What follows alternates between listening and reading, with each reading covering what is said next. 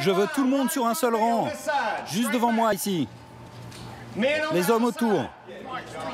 Ce sont les préparatifs d'une démonstration de force, d'une démonstration de haine.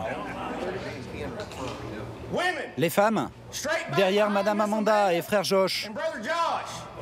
Avec comme chef d'orchestre un jeune homme de 34 ans. Brian est un clanman, un membre du Ku Klux Klan. Nous sommes la race la plus élevée de cette planète. Agissons comme telle. Dans cette ville de Géorgie, qui compte 35 000 habitants, Brian organise ce jour-là un meeting de l'ultra-droite américaine. Des néo-nazis, des suprémacistes blancs et surtout des membres du clan, avec leurs robes de cérémonie ou leurs uniformes paramilitaires. Un rassemblement régional sur la place de la mairie. Il regroupe 150 personnes. Regard provocateur et torse bombé, ils trouvent face à eux des manifestants antiracistes, venus les accueillir. Personne ne vous veut ici. Votre message, c'est la haine. Les deux groupes sont séparés par un cordon de 70 policiers. La confrontation se limite pour le moment à quelques invectives, de part et d'autre de la rue.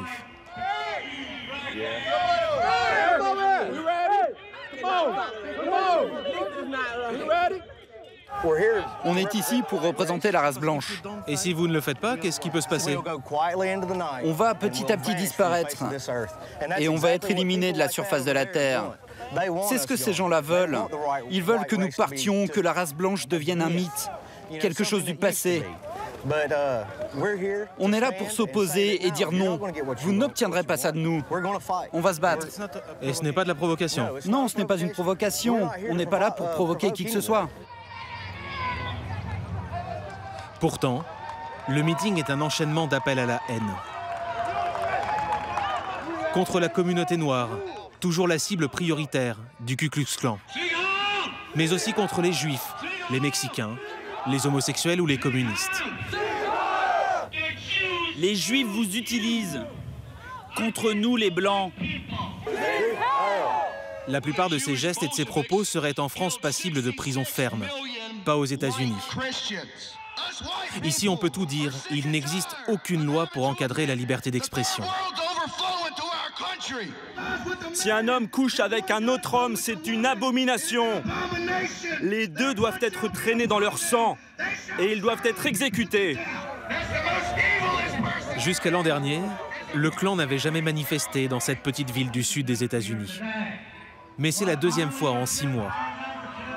Ces meetings se multiplient dans tout le pays et parfois ils dégénèrent. Comme en Californie 3 semaines plus tôt. À la fin d'une manifestation semblable, plusieurs membres du Ku Klux Klan sont pris à partie et frappés par des militants antiracistes. Ils répliquent en se servant de leurs drapeaux, aiguisés comme des pieux. Avec ses armes, ils poignardent 4 manifestants. Celui-ci, atteint à la poitrine, passera 3 jours à l'hôpital. Des violences dont beaucoup pensaient qu'elles appartenaient au passé. Le Ku Klux Klan a été fondé en 1866 par d'anciens soldats de la guerre de sécession qui refusent alors l'abolition de l'esclavage. Ses membres s'en prennent aux hommes de couleur, multiplient les lynchages et les pendaisons. L'organisation atteint son apogée dans les années 20. En 1928, quand ses partisans défilent à Washington, le clan compte 6 millions de membres. Il va ensuite peu à peu décliner, quasiment disparaître. Mais alors qu'on le croyait moribond, il renaît aujourd'hui. Avec des nouveaux membres, jeunes, comme Brian et son ami Robert. Des gens qui n'ont pas connu l'Amérique de la ségrégation et des luttes pour les droits civiques. Moi, dans mon boulot, quand ils ont découvert que j'étais membre du clan, ils ont tout fait pour me virer. Ah bon? Moi, ils sont tous au courant. c'est une petite entreprise. Vendredi, tout le monde m'a parlé de la manifestation et m'a dit d'être prudent. Brian a rejoint le clan en réaction aux années Obama. Il ne pouvait pas accepter qu'un homme noir dirige le pays. Je ne le supporte pas, je n'en peux plus. Que ceci arrive à mon pays. Avant, c'était le plus grand pays du monde, le plus puissant. Et ça ne l'est plus? Non, ça ne l'est plus. Et tout s'est effondré. Ça me fait vomir. Aujourd'hui, le Ku Klux Klan compterait 15 000 membres, 2 fois plus qu'avant l'élection du président américain, il y a 8 ans.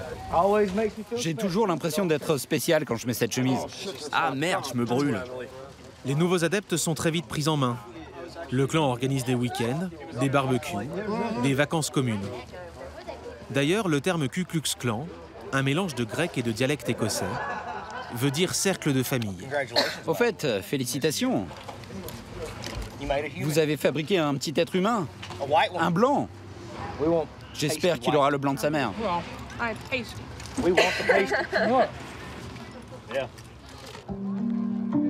Autour de Brian, ce jour-là, des membres historiques de l'organisation raciste, mais aussi la nouvelle génération. Les vétérans de la guerre d'Irak ont remplacé ceux du Vietnam. Les autres sont ouvriers, fermiers ou employés. Comme pour leurs aînés, la plupart sont issus de classes défavorisées. Pour intégrer le clan, il faut être majeur, chrétien, hétérosexuel et prouver que ses 2 parents sont blancs. Il me reste des bagues taille 10. L'organisation se finance grâce aux cotisations des membres, 10 $ par mois, et aux ventes des produits dérivés. On a encore 5 bagues à vendre. Le moule a été détruit, donc vous n'en trouverez plus jamais des comme ça. Des autocollants, des bijoux, mais surtout beaucoup de livres. Sur la table, toute une littérature fasciste, raciste, négationniste. Comme cet écrit censé prouver l'infériorité des Noirs. La libraire autoproclamée, Amanda, les imprime et les vend entre 3 et 10 €. Ce livre vous explique les différences entre les Noirs et les Blancs. Les os, le cerveau, l'ADN. La plupart de ces publications datent d'il y a plus de 100 ans. Elles ont été écrites par des scientifiques aujourd'hui totalement discrédités. Mais ici, on préfère croire que c'est la vérité. Et comment vous savez que c'est vrai? Parce que les scientifiques disent le contraire aujourd'hui. Oui, mais ceux-là ont été écrits par des professeurs et des médecins. Par exemple, ici, ce gars-là a eu le prix Nobel. S'il a gagné le prix Nobel, il doit être intelligent, non? Ce que ne dit pas Amanda, c'est que l'auteur a eu le prix Nobel pour avoir inventé le transistor, et donc pas vraiment pour ses idées anthropologiques. Aujourd'hui, les membres du Ku Klux Klan reprennent l'idéologie de leurs ancêtres. Ils en reprennent aussi les rituels. J'ai besoin de volontaires.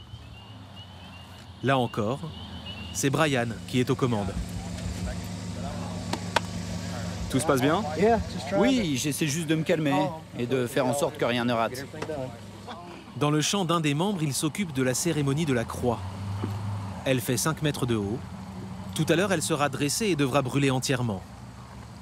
Brian l'a recouverte de toile de jute, il l'imbibe d'essence pour que le feu dure le plus longtemps possible.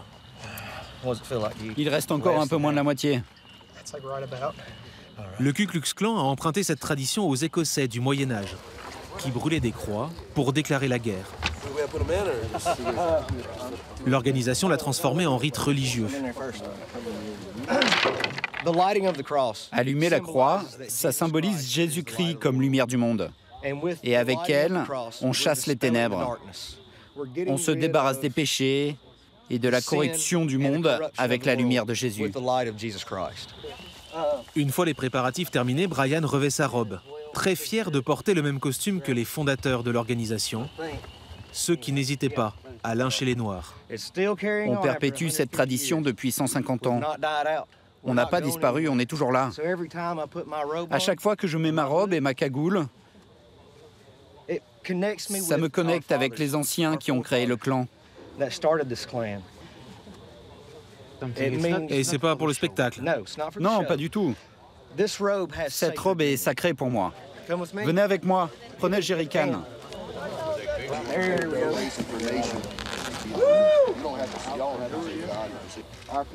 Et là, tasse bien le sol. C'est beau. À côté de la croix chrétienne, une croix gammée a aussi été dressée. Il y a 30 ans, alors que leur nombre diminuait fortement, les membres du clan se sont alliés aux néo-nazis. Ce soir, il y a plus de 100 participants à la cérémonie. Passez la torche des deux côtés. Certains ont même amené leurs enfants. Ne tournez pas votre dos à la croix, ni à la croix gammée. Tout le monde a allumé sa torche? En avant, marche! Le clan est très hiérarchisé, quasi militaire. La couleur des robes correspond au grade des membres, qui ont le choix de masquer ou non leur visage.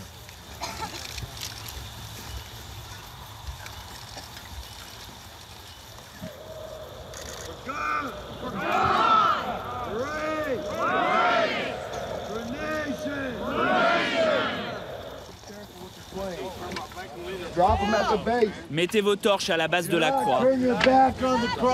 Ne tournez pas le dos à la croix.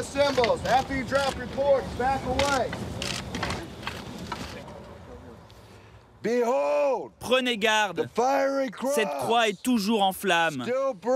Elle continuera de brûler à travers tout le pays. Si le Ku Klux Klan retrouve aujourd'hui des couleurs, c'est aussi parce qu'un homme consacre toute son énergie à redonner vie à l'organisation.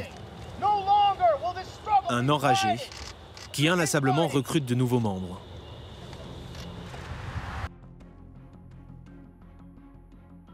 Il habite à 700 km de là, en Caroline du Nord, le berceau historique du Ku Klux Klan. Dans cette maison,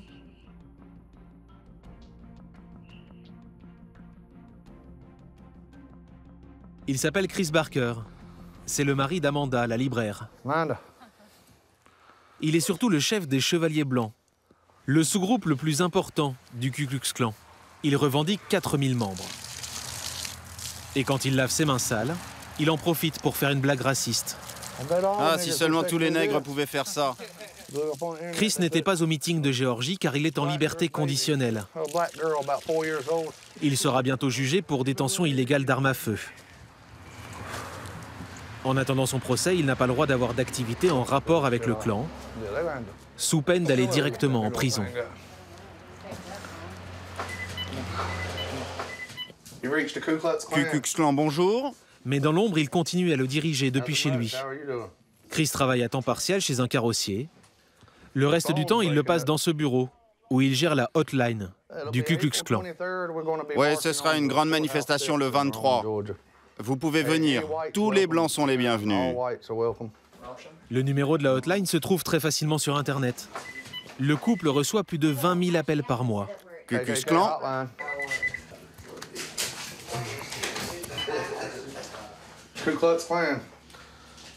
Oui, bien sûr, on est contre les Mexicains.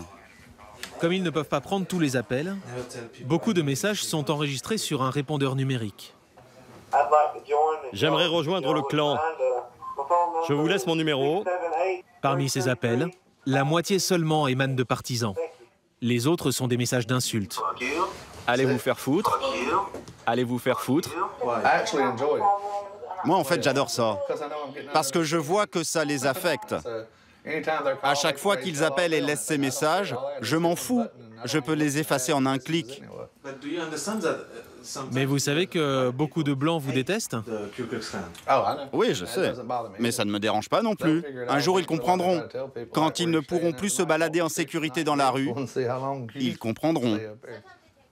Pour recruter, l'organisation a aussi créé son propre réseau social. Obligatoire car sur Facebook ou Twitter, les messages racistes sont systématiquement supprimés. Ce membre habite en Caroline du Sud, lui en Arizona. Sur leur page, aucune censure. Plus il y a de haine, mieux c'est. Selon plusieurs chercheurs américains, les nouvelles technologies expliquent en grande partie le renouveau du clan. Beaucoup de nos anciens leaders ne voulaient pas faire de hotline ou de site internet. Ils sont morts maintenant. On a pris le relais et on a amené l'organisation vers les temps modernes. On n'a pas encore assez d'argent pour financer des spots télé, mais on utilise Internet, le téléphone, des tracts, pour qu'un maximum de gens sachent qu'on est toujours là. Chris et Amanda se sont connus quand ils avaient 16 ans. Ils militaient tous les deux au parti néo-nazi. Ils se sont mariés à 18 et ont rejoint le clan à 20 ans. Ils gagnent l'équivalent de 2000 € par mois. Ils ont 2 enfants, de 15 et 13 ans. Ils les élèvent dans une maison qui ressemble à un musée des horreurs.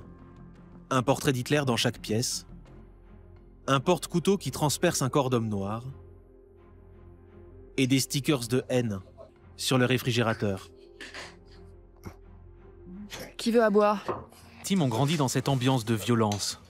Ils vont à l'école publique à côté de chez eux, où là-bas personne ne sait que leur famille fait partie du clan. Pour le moment, ils partagent les convictions racistes de leurs parents. Tellement conditionnés par ce discours de haine qu'ils sont incapables de prendre du recul. Sammy, est-ce que tu as des amis noirs à l'école? Non. Non, et pourquoi? Parce que c'est des fouteurs de merde. Ils puent. Et ils vont toujours t'attirer des ennuis. Si un jour il ramène une petite copine noire à la maison, d'abord il va se faire botter le cul par tout le monde ici. Et ensuite, je le renierai. Je lui tournerai le dos. C'est très dur ce que vous dites, Amanda. Oui, ça l'est, mais je le ferai. Moi, je l'ai fait avec ma famille. Chris vit dans une ville où 60% de la population est noire. Évidemment, il n'en fréquente aucun. Tous ses amis sont blancs et membres du Ku Klux Klan. Comme James. Mais le chef raciste est bien obligé de vivre avec le monde extérieur. Dans son métier de carrossier, par exemple, il ne peut pas choisir la couleur de peau de ses clients. Avec l'économie aujourd'hui, on fait ce qu'on peut pour gagner sa vie. Moi, ça ne me dérange pas de bosser pour des clients noirs, tant qu'ils ne se mettent pas en travers de ma route et qu'ils me laissent travailler tranquille. Leur mentalité, ce n'est pas celle des Blancs. Nous, on essaie d'être calmes et civilisés. Eux, ce sont des sauvages. Son idéal de société, c'est l'apartheid sud-africain. Une séparation stricte des Blancs, qui doivent dominer, et des autres. Chris habite dans une des villes les plus pauvres des États-Unis. 50% de la population vit en dessous du seuil de pauvreté. Ah, je crois qu'il aime bien ma boucle de ceinture. C'est pas le genre de boucle qu'il porterait avec marqué KKK dessus.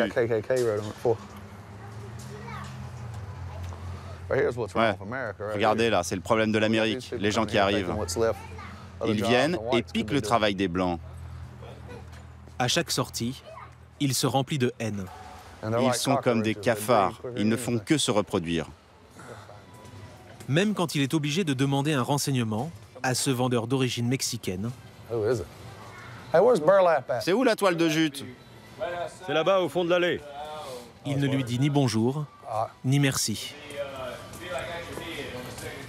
L'indifférence, ostentatoire, c'est la seule arme de Chris aujourd'hui. Car officiellement, le clan ne prône plus la violence. Plus de lynchage, plus de pendaison. Pourtant, dès qu'il le peut, Chris évoque avec nostalgie les actions violentes du clan. Il voue par exemple une admiration sans borne à celui qui l'a précédé au grade de chef. Un meurtrier. Voilà, c'est Virgile. C'est lui qui a perpétré le massacre de Greensboro. C'est lui qui m'a fait entrer au clan. C'est avec lui que j'ai prêté serment. C'était un ami, un mentor? Oui, un mentor.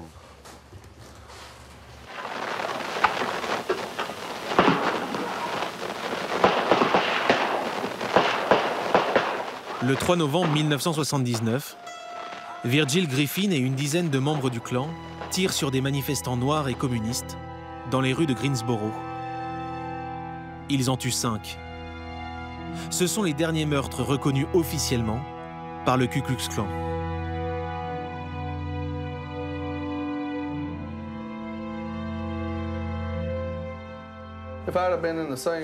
Si j'avais été dans la même situation ce jour-là, évidemment, j'aurais moi aussi tiré. Ce que les médias n'ont jamais dit, c'est qu'il y avait des enfants blancs dans les voitures et qu'il fallait les protéger. Mais vous auriez tiré pour tuer? Oui, bien sûr. À défaut de violence, et à défaut d'avoir les moyens de faire la révolution par les armes, il leur reste le folklore. Régulièrement, le couple reçoit chez lui des membres locaux du Ku Klux Klan. Ils s'appellent James, Tina, Greg ou Teresa. Ils habitent la région et sont pauvres. 4 des 6 personnes présentes sont sans emploi. Tu peux me le tenir comme ça, bien tendu?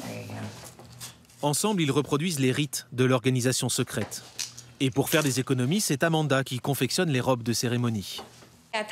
J'ai appris toute seule il y a 4 ans. Parce que j'en avais marre de négocier avec des gens qui les faisaient. Ils vendaient ça 200 $ la robe. Alors je me suis dit, il y a bien un moyen de faire moins cher.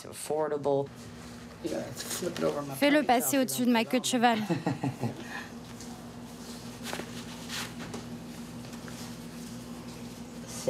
Tu vois, même pas besoin de mesurer. C'est bon, il est bien pointu.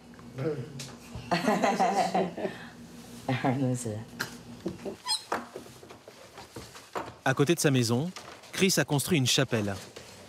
Elle accueille les différentes cérémonies pratiquées par les membres, toutes inspirées de la religion chrétienne.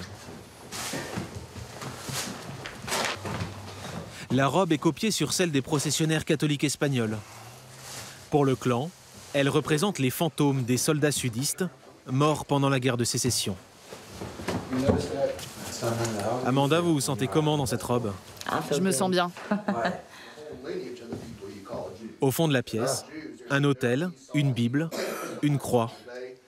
Tous les membres sont de fervents croyants. La connaissance approfondie de la Bible fait d'ailleurs partie de l'apprentissage. Exode, verset 33-16. Ils s'en servent pour développer leur argumentaire raciste. Ainsi, moi et ton peuple seront séparés de tous les autres peuples de la surface de la terre. Encore une fois, les races doivent être séparées. Ça, c'est la Sainte Bible, pas la Bible du Ku Klux Klan.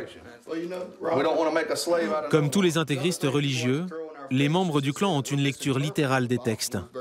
Ils ne cherchent pas à les interpréter ou à les contextualiser.